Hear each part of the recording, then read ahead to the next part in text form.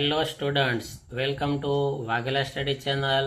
વિદ્યાર્થી મિત્રો, વાઘેલા સ્ટડી ચેનલમાં તમારું સ્વાગત છે. વિદ્યાર્થી મિત્રો, જે વિદ્યાર્થીઓ ધોરણ 10માં હશે અને ફેબ્રુઆરીમાં અને માર્ચમાં તેઓએ પરીક્ષા આપી છે, એ વિદ્યાર્થીઓમાં જે કોઈ વિદ્યાર્થી ગણિતમાં ફેલ થયા હોય તેઓની માટે વાઘેલા સ્ટડી ચેનલ ખૂબ જ રિવિઝન કોર્સ લાવ્યું છે. 15 દિવસનો રિવિઝન કોર્સ. આ 15 દિવસમાં તમને આ જૂન મહિનામાં લેવાનારી પૂરક પરીક્ષા માટે દરેક અગત્યના ટોપિક શીખવાડવાના છે, દાખલાઓ રિવિઝન કરાવવાના છે. આ તમને રિવિઝન એટલું સરસ કરાવવાનું છે કે એ રિવિઝન તમે વાંચી ગણી અને સાથે વાઘેલા સ્ટડીઝની સાથે તમે પૂરક પરીક્ષા આપશો તો 100% તમે પાસ થઈ જશો. જે રીતે તમને અહીં શીખવવામાં આવે એવી તે રીતે તમે રિવિઝન શરૂ રાખજો. ખાસ તમારા મિત્રોને પણ શેર કરજો કે વાઘેલા સ્ટડી ચેનલમાં સંપૂર્ણ રિવિઝન 15 દિવસમાં કરવાના છે. તો તમે ખાસ આ ચેનલને જોવાનું રાખજો, શેર કરજો. બને એટલા વધારે વિદ્યાર્થીઓ લાભ લે આવું ખાસ કરવાનું છે. તો હજુ પણ કોઈ વાઘેલા સ્ટડી ચેનલને સબસ્ક્રાઈબ ન કરી હોય તો સબસ્ક્રાઈબ કરી લેજો, લાઈક કરી લેજો અને ખાસ તમારા મિત્રોને શેર કરવાનું છે. હવે જુઓ, અહીંયા ખાસ ધ્યાન આપો. ધોરણ 10 ગણિત પૂરક પરીક્ષા જૂન 2026, બરાબર? ધ્યાન આપજો ખાસ. હવે મોસ્ટ ટાઈમ બી દાખલા કરાવવાના છે અને એ પણ સૂત્ર સાથે, નિયમો સાથે. તમારે ગણિત પણ નહીં ખોલવી પડે, માત્ર આપણી વાઘેલા સ્ટડી ચેનલમાંથી જ તમે રિવિઝન કરી શકશો. તો સૌથી પહેલાં ચેપ્ટર બીજું હું કરાવું છું તમને. ચેપ્ટર બીજાનું નામ છે બહુપદીઓ. તેના 6 માર્ક છે, પૂરેપૂરા 6 માર્ક તમે લઈ શકશો, બરાબર? તમે આમાંથી માત્ર જોવાનું જ તે નહીં રાખતા, તમારી બુકમાં લખવાનું પણ છે તમારે. તો જો ચેપ્ટર 2 બહુપદીઓ, માર્ક 6. હવે આઈએમપી સૂત્ર, આપણે આ 6 પૂરા માર્ક લેવાના છે, કેમ કે એમસીક્યુમાં જે આવે છે એ માટે હું તમને પહેલાં સૂત્ર કહું અને પછી તમને દાખલા પણ કરાવીશ.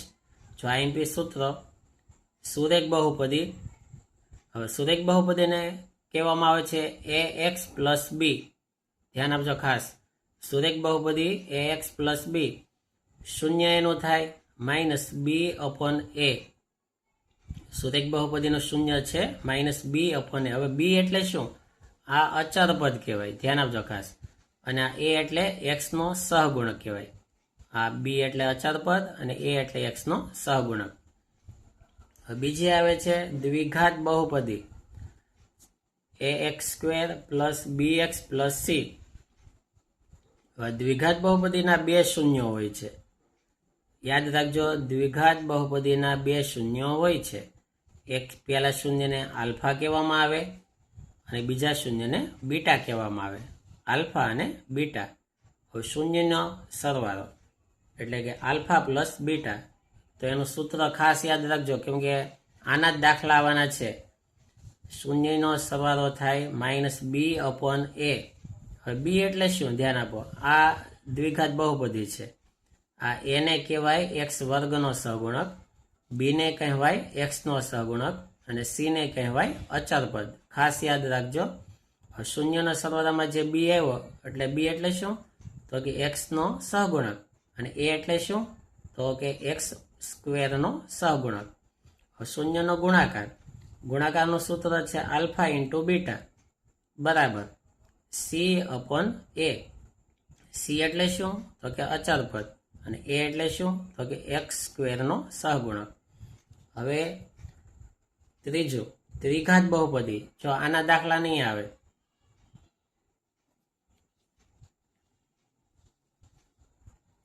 જો ધ્યાન આપજો ખાસ. ફરી વખત સમજાવી દઉં કે દ્વિઘાત બહુપદીના 2 શૂન્યો છે, આલ્ફા અને બીટા. શૂન્યનો સરવાળો થાય આલ્ફા પ્લસ બીટા બરાબર માઇનસ બી અપોન એ. બી એટલે કે એક્સનો સહગુણક અને એ એટલે કે એક્સ સ્ક્વેરનો સહગુણક. શૂન્યનો ગુણાકાર થાય આલ્ફા ઇન્ટુ બીટા બરાબર સી અપોન એ. સી એટલે તો કે અચર પદ અને એ એટલે એક્સ સ્ક્વેરનો સહગુણક. હવે આવે ત્રિઘાત બહુપદી. હવે ત્રિઘાત બહુપદી જે છે બરાબર, હવે ત્રિઘાત બહુપદીના દાખલા નહીં આવે પણ એના MCQ આવે છે. તો જો ધ્યાન આપો, ત્રિઘાત બહુપદીમાં ax cube plus bx square plus cx plus d આ ત્રિઘાત બહુપદી. હવે ત્રિઘાત બહુપદીના 3 શૂન્ય હોય, આલ્ફા, બીટા અને ગેમા. હવે એના 3 સૂત્ર MCQમાં જ આવશે, દાખલા નહીં આવે, ખાસ ધ્યાન આપજો. Alpha plus beta plus gamma બરાબર માઇનસ b/a. બીજું alpha into beta plus beta into alpha, beta into gamma plus gamma into alpha is equal to c/a. ત્રીજું alpha into beta into gamma, ત્રણેય શૂન્યના ગુણાકાર બરાબર માઇનસ d/a. ચોથું આ MCQમાં આવશે આ પણ દ્વિઘાત બહુપદીનો આલેખ. હવે દ્વિઘાત બહુપદી આપણે આવી રીતે છે, જો ધ્યાન આપજો ખાસ. આપણી દ્વિઘાત બહુપદી આ રીતે છે, ax square plus bx plus c, જેમાં a ગ્રેટર ધેન 0 બરાબર, ધ્યાન આપજો ખાસ. એટલે કે એની કિંમત ધન હોય તો ઉપરની તરફ ખુલ્લો આલેખ થાય, એટલે કે આ રીતે બરાબર. અને જો a લેસ ધેન 0 એટલે કે એની કિંમત અહીં ઋણ હોય, માઇનસ હોય, એક્સ સ્ક્વેરનો જે સગુણક છે એ ધન હોય તો ગ્રાફ ઉપરની તરફ ખુલ્લો આવે, અને એક્સ સ્ક્વેરની આગળ જે સહગુણક હોય તેની કિંમત ઋણ હોય, માઇનસ હોય તો નીચેની તરફ ખુલ્લો વક્ર આવશે. તો આ બંને વસ્તુ MCQમાં આવે છે. વધારે વિદ્યાર્થીઓ આમાં મિસ્ટેક કરે છે, આ તમને ખાસ સમજાયું. એ પ્લસ તો ઉપરની તરફ ખુલ્લો આલેખ, અને એ માઇનસ તો નીચેની તરફ ખુલ્લો આલેખ આવે છે. હવે જો ચેપ્ટર 2.1 આપણે શીખીએ, એના દાખલા MCQમાં જ આવવાના છે. તો આ MCQમાં ખાસ હોય જ છે. જો 2.1ના દાખલા આવી રીતના છે, તમે ધ્યાન આપો ખાસ. આ 2.1 અહીં આપણે એમ કીધું છે કે આ આલેખ આપેલો છે બરાબર. આલેખ છે p ઓફ x માટે y is equal to p of x. હવે એના આલેખ માટે દરેક કિસ્સામાં p ઓફ x ના શૂન્યોની સંખ્યા શોધવાની કીધી છે આપણને, કે એમાં કેટલા શૂન્ય હશે બરાબર. તો હવે કઈ રીતે શૂન્યની સંખ્યા શોધવાની એ તમને હું સમજાવું. કે તમારે ખાસ જોવાનું કે આ આલેખ છે બરાબર, આ x અક્ષ છે અને આ y અક્ષ છે બરાબર. હવે x અક્ષ, હવે તમારે ખાસ અહીંયા જોવાનું છે. જો અહીંયા x લખેલો છે બરાબર, તો તમારે જોવાનું કે જે આ તો અક્ષ કહેવાય, જો આ x અક્ષ કહેવાય અને y અક્ષ કહેવાય, એ સિવાય જે દોરેલો હોય ને એને ગ્રાફ કહેવાય, આલેખ. જો આ આલેખ છે, પછી આ બે અહીંથી અહીંયા સુધી આલેખ છે, અહીંથી અહીંયા સુધી આલેખ છે બરાબર, આ એના આલેખ કહેવાય. તો અહીં તમારે શૂન્યોની સંખ્યા કહેવાની છે કે શૂન્યોની સંખ્યા કેટલી છે. તો આ અક્ષ જે છે એ સિવાય જે ગ્રાફ હોય ને એ અહીંયા જોવાનું. જો x ની વાત આવે ને અહીંયા p ઓફ x, તો x ને જેટલી વખત એ સ્પર્શ કરે બરાબર, અથવા તો છેદે કે સ્પર્શ કરે, x ને ટૂંકમાં સ્પર્શ કરવા જોઈએ કાં તો છેદવા જોઈએ. તો જેટલી વખત x ને સ્પર્શ કરે કે છેદે એટલા શૂન્યોની સંખ્યા થાય બરાબર. તો જો આ પેલો ગ્રાફ જે છે આ ગ્રાફ છે, આ ગ્રાફ x અક્ષને એક પણ વખત સ્પર્શ કરતો નથી બરાબર. તો જો આ રીતની આકૃતિ આવે તો તમારે લખવાનું કે શૂન્યોની સંખ્યા બરાબર 0, લખવાનું કે શૂન્યોની સંખ્યા બરાબર 0. હવે આ રીતનો ગ્રાફ આવે બરાબર, તમે જો આ રીતે. હવે આ તો y અક્ષ છે, એનું નથી જોવાનું આપણે, કેમકે આપણે આલેખ કયો છે તો કે p ઓફ x નો છે, એટલે x અક્ષની જ વાત છે. તો આ આપણે જોતા જઈએ તો x ને અહીં સ્પર્શ કરે છે, જુઓ તમે બરાબર. તો અહીં સ્પર્શ એક જ વખત થાય છે. તો આ બીજા ગ્રાફ માટે શૂન્યોની સંખ્યા બરાબર 1. હવે ત્રીજો ગ્રાફ જુઓ, આ x અક્ષ છે, તો x અક્ષમાં તમે જો એક અહીંયા સ્પર્શ કરે છે, પછી આગળ જુઓ તો અહીંયા બીજી વખત સ્પર્શ કરે છે, અને અહીંયા ત્રીજી વખત છેદે છે.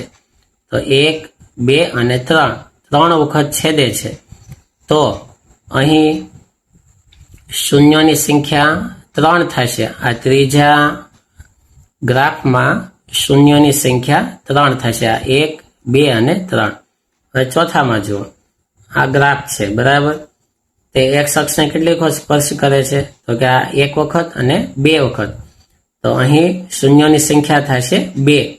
હવે ત્રીજો ગ્રાફ જુઓ, તેમાં આવી રીતે છે, જો આવી રીતે બરાબર. પરવલય કહેવાય આ બધા ગ્રાફને. તેમાં કેટલી વખત સ્પર્શ કરે છે એક્સ અક્ષને જુઓ તમે. આ 1 વખત, આ બીજી વખત, આ ત્રીજી વખત અને ચોથી વખત. 4 વખત એક્સ અક્ષને સ્પર્શ કરે છે. તો આમાં થશે શૂન્યોની સંખ્યા 4. આમ લખવાનું કે શૂન્યોની સંખ્યા બરાબર 4. આ આલેખમાં જુઓ તો આ 1 વખત, આ 2 વખત અને 3 વખત બરાબર. જો આ તો વાય અક્ષ છે ત્યાં નહીં જોવાનું, એક્સની જ લાઈનમાં જોવાનું. આ 1, 2 અને 3. તો 3 વખત સ્પર્શ કરે છે તો શૂન્યોની સંખ્યા થશે 3. તો આવી રીતે આ બહુપદી એક્સની છે એટલે શૂન્યની સંખ્યા થાય 3 આમાં. હવે જુઓ તમને બીજું સમજાવું, પરીક્ષામાં કન્ફ્યુઝ ન થાય એટલા માટે, કે જો અહીંયા લખેલું છે કે y બરાબર p ઓફ x બરાબર, એને બદલે આવી રીતે લખેલો આવે કે ભાઈ x બરાબર p ઓફ y આમ લખ્યું હોય બરાબર.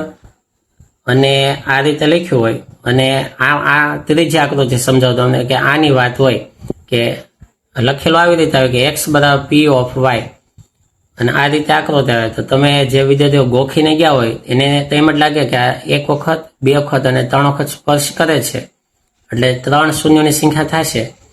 પણ એવું નથી. અહીંયા તમારે y અક્ષને જોવાનો છે. જો અહીંયા y કીધું છે, તમારે p ઓફ શું લખેલું છે એ જ જોવાનું. p ઓફ x હોય તો x અક્ષ જોવાનો અને p ઓફ y હોય તો તમારે y અક્ષને જોવાનો છે. તો તમે આ તે ગ્રાફમાં y અક્ષને જોશો તો y અક્ષને તો ગ્રાફ 1 જ વખત સ્પર્શ કરે છે આલેખ. તો અહીં શૂન્યોની સંખ્યા 1 થાય. ક્યારે? અહીંયા y લખેલું આવે તો.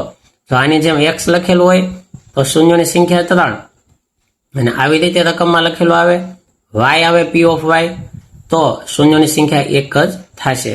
તો આવી રીતે કન્ફ્યુઝ નહીં થતા, પેપરમાં આવે તો પૂરેપૂરા માર્ક લેવાના છે અને 100% આ એક કે 2 MCQમાં આવશે ને આવશે. હવે બાકીના દાખલા આપણે આગલા વિડીયોમાં કરશું. Thank you very much.